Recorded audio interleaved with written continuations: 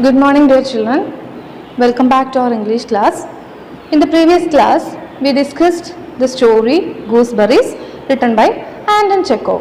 This is a story about two brothers, and the name of one brother is Ivan Ivanich.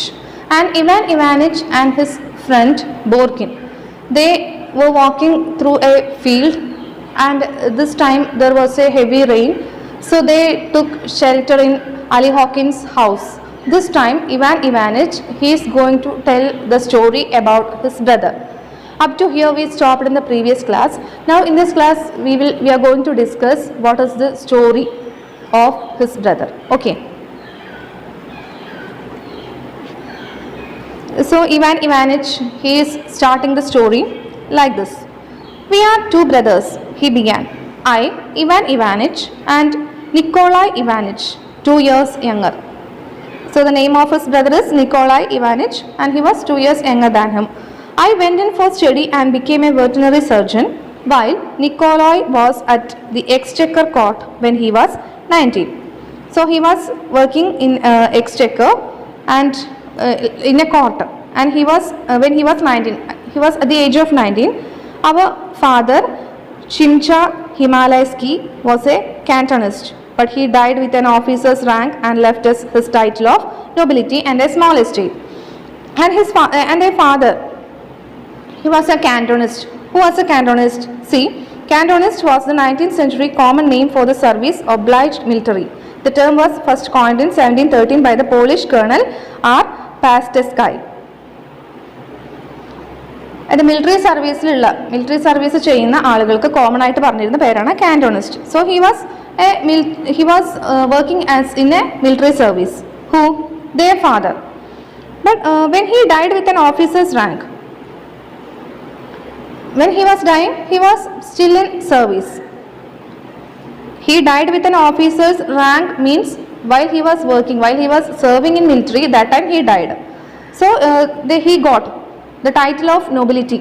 Title of nobility, that is an honor. He got an honor and a small estate. ഒരു എസ്റ്റേറ്റും അതുപോലെ ഒരു ഓണറുമാണ്, ഒരു ബഹുമതിയുമാണ് ഇദ്ദേഹത്തിന് കിട്ടുന്നത്. After his death the estate went to pay his ഡെപ്റ്റ്. അപ്പോൾ അദ്ദേഹം വരുത്തി വെച്ച കുറേ കടങ്ങളുണ്ട്. അപ്പോൾ ആ കടങ്ങളൊക്കെ വീട്ടാൻ മാത്രം ആയിട്ടാണ് ഈ എസ്റ്റേറ്റ് ഉപയോഗിച്ചത്. അത് ഈ എസ്റ്റേറ്റ് അദ്ദേഹത്തിൻ്റെ കടങ്ങൾ വീട്ടാൻ വേണ്ടിയിട്ട് ഉപയോഗിച്ചു. So nothing was there, that is the thing. അപ്പോൾ അദ്ദേഹത്തിൻ്റെ മരണത്തിന് ശേഷം ആ ഒരു ഓണർ, ആ ഒരു ബഹുമതി മാത്രമാണ് remaining thing. However we spend our childhood there in the country. എങ്ങനെയായാലും they spent their childhood in that village. Country means village. We were just like peasants' children, spent days and nights in the field and the woods, minded the horses, barked at the lime trees, fished and so on. So how will be the life of the peasants' children? The same way they also lived.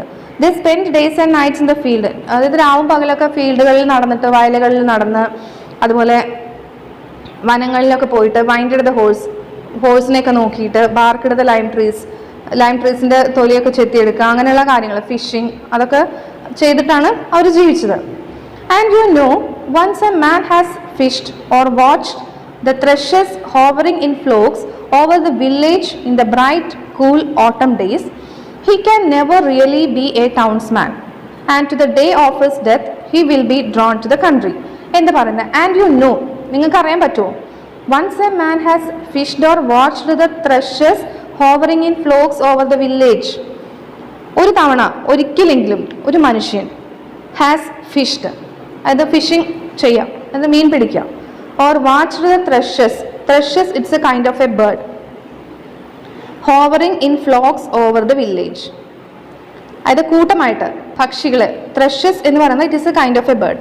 അങ്ങനെ thrushes when it was staying, hovering എന്ന് പറഞ്ഞിട്ടുണ്ടെങ്കിൽ ആകാശത്ത് കൂടെ പറക്കുന്നത്, അതായത് കൂട്ടമായിട്ട് ഈ ത്രഷസ് എന്ന് പറയുന്ന പക്ഷികൾ കൂട്ടമായിട്ട് ആകാശത്ത് കൂടെ പറക്കുന്ന ആ ഒരു കാഴ്ച കാണാം.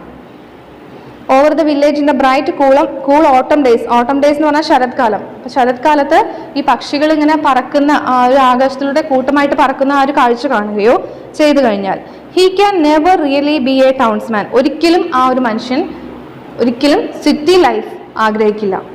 And to the day of his death he will be drawn to the country. മരണം വരെ അദ്ദേഹം ആ ഒരു വില്ലേജിലേക്ക് ആകർഷിക്കപ്പെടും. And what is this sentence means, or this sentence reveals the importance of village life. ഗ്രാമത്തിൻ്റെ ആ ഒരു ജീവിതത്തെ കുറിച്ചിട്ടുള്ള ഒരു ഇമ്പോർട്ടൻസ് ആണ് ഈ സെൻറ്റൻസിൽ നിന്ന് മനസ്സിലാക്കേണ്ടത്. അതായത് ഒരു മനുഷ്യൻ ഫിഷിംഗ് ചെയ്യുകയോ അല്ലെങ്കിൽ ഒരു വില്ലേജിൽ പോയിട്ട് പക്ഷികൾ പറക്കുന്നത് കാണുകയോ ചെയ്തു കഴിഞ്ഞാൽ ഇതിലേതെങ്കിലും ഒരെണ്ണം അദ്ദേഹത്തിൻ്റെ ജീവിതത്തിൽ അദ്ദേഹം എക്സ്പീരിയൻസ് ചെയ്തു കഴിഞ്ഞാൽ ഒരിക്കലും അദ്ദേഹം ആ ഒരു സിറ്റി ലൈഫ് ആഗ്രഹിക്കില്ല. പകരം മരണം വരെയും അദ്ദേഹം ആ ഒരു വില്ലേജ് ലൈഫിലോട്ട് ആകർഷിക്കപ്പെടും. Drawn means attract. My brother pined away in the exchequer. Years passed and he sat in the same place, wrote out the same documents and thought of one thing: how to get back to the country. My brother pined away in the exchequer. അപ്പോൾ അദ്ദേഹം work ചെയ്യുന്ന ആ ഒരു military സർവീസിൽ my brother pined away means missed something. അതായത് work ചെയ്യുന്ന ആ military സർവീസിൽ അദ്ദേഹത്തിന് എന്തോ അദ്ദേഹം മിസ് ചെയ്യുന്നുണ്ടായിരുന്നു.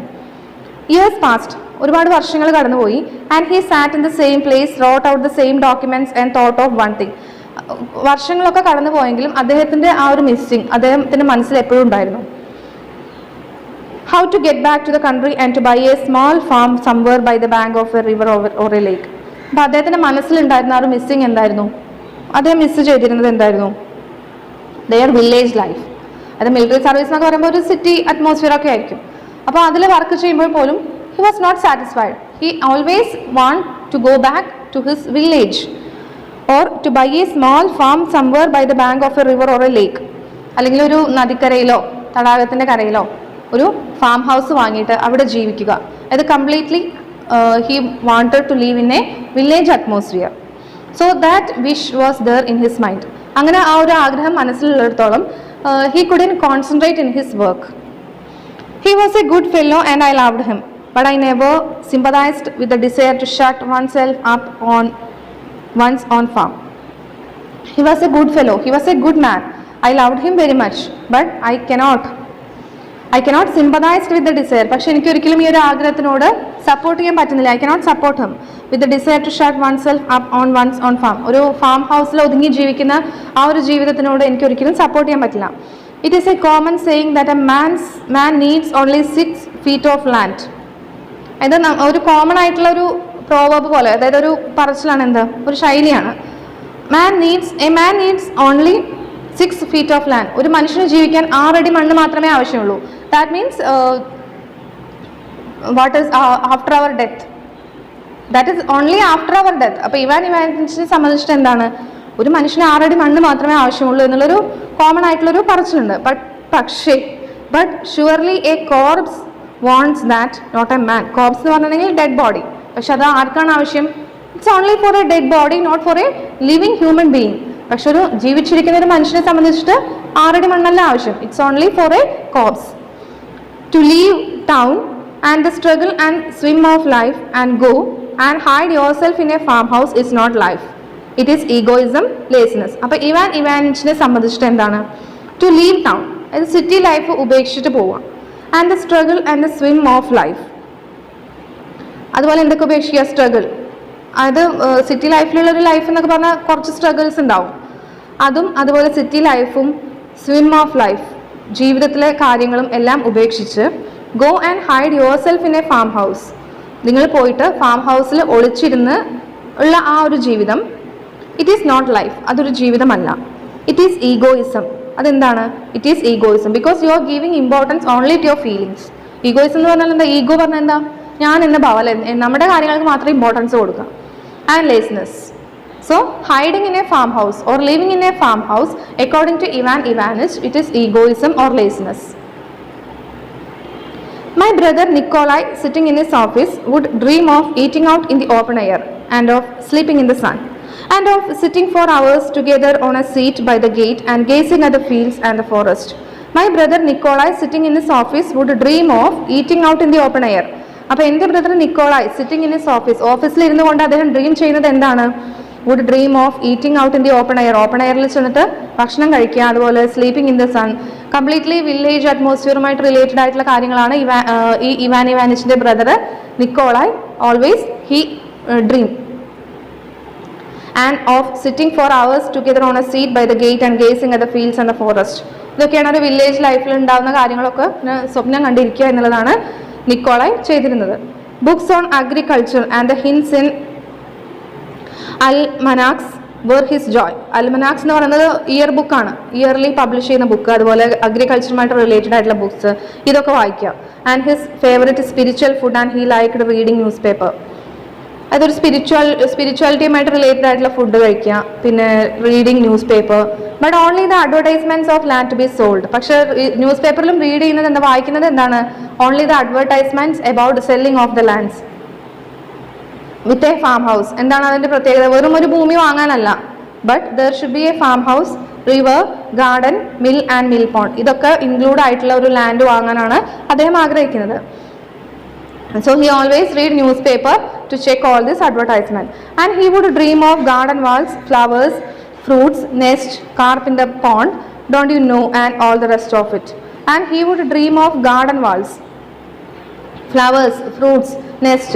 Carp എന്ന് പറഞ്ഞാൽ ഒരു തരം ഫിഷ് ആണ്, fresh water fish in the pond, don't you know, and all the rest of it. അപ്പോൾ ഇത്തരം കാര്യങ്ങളാണ് നിക്കോളായ് എപ്പോഴും സ്വപ്നം കണ്ടിരുന്നത്. These fantasies of his used to vary according to the advertisement he found. അപ്പോൾ ഈ ഒരു fantasy, this is only an imagination. അപ്പോൾ റിയൽ ആയിട്ടുള്ള സംഭവങ്ങളല്ല അല്ലേ, ഇത് ശരിക്കും ഒരു ഇമാജിനേഷൻ ആണ്. Of his used to worry according to the advertisement he found. അപ്പോൾ ഇങ്ങനെ ന്യൂസ് പേപ്പറിൽ വരുന്ന അഡ്വർടൈസ്മെന്റ് കാണുമ്പോൾ അദ്ദേഹം എന്ത് ചെയ്യും, these fantasies of his used to worry, അതിങ്ങനെ ഡിഫറെൻ്റ് ആയി പോകും. അത് അദ്ദേഹം കാണുന്ന ഫാൻറ്റസീസിൽ ഡിഫറൻസ് വരും. അത് ന്യൂസ് പേപ്പറിലുള്ള ഒരു അഡ്വർടൈസ്മെന്റിനെ ഡിപ്പെൻഡ് ചെയ്തിട്ടാണ് അദ്ദേഹത്തിന്റെ സ്വപ്നങ്ങൾ. But somehow there was always A gooseberry Bush in every one. പക്ഷെ എങ്ങനെയോ ഒരു ഗൂസ്ബെറി ബുഷ്, എല്ലാ സ്വപ്നങ്ങളിലും ഗൂസ്ബെറി ബുഷ് എപ്പോഴും ഉണ്ടായിരിക്കും. Not a house, not a romantic spot could he imagine without its gooseberry bush. അപ്പോൾ ഇവിടെയാണ് ആ ഗൂസ്ബെറി എന്നുള്ള ആ ഒരു ഹെഡിങ്ങിന്റെ അല്ലെങ്കിൽ ആ ഒരു ടൈറ്റിലിന്റെ importance. Not a house, not a romantic spot could he imagine without the gooseberry bush. അപ്പോൾ ഈ ഒരു ഗൂസ്ബെറി ബുഷ് ഇല്ലാത്ത ഒരു വീടോ അല്ലെങ്കിൽ ഒരു ഏരിയയോ അദ്ദേഹത്തിന് ഇമാജിൻ ചെയ്യാൻ പോലും പറ്റില്ല. അപ്പം അദ്ദേഹത്തിന് ഏതൊരു ഡ്രീം എടുത്ത് നോക്കിക്കഴിഞ്ഞാലും അതിൽ ഈ ഗൂസ്ബെറി ബുഷ് അല്ലെങ്കിൽ ഈ ഗൂസ്ബെറി ട്രീ എന്നുള്ളത് ഇറ്റ്സ് എൻ ഇമ്പോർട്ടൻറ്റ് ഫാക്ടർ. അതില്ലാത്ത ഒരു സ്വപ്നവും അദ്ദേഹത്തിന് മനസ്സിലില്ല. Okay, so up to here we can stop our today's class. So Ivan Ivanich started his story about Nikolai. He was working in a military service, and he was not at all interested in his service because in his mind he is having an aim. അല്ലേ, അദ്ദേഹത്തിൻ്റെ മനസ്സിലൊരു aim ഉണ്ട്. So always he dreamed that aim. എങ്ങനെയെങ്കിലും ആ ഒരു ലക്ഷ്യത്തിലേക്ക് എത്തണം എന്നുള്ള ആ ഒരു സ്വപ്നം, അത് അദ്ദേഹത്തിൻ്റെ മനസ്സിലൊരു സ്വപ്നമായിട്ട് എന്നും നിലനിൽക്കുകയാണ്. Okay, up to here we are stopping our class. Rest we will discuss in the next class. Okay, thank you all of you.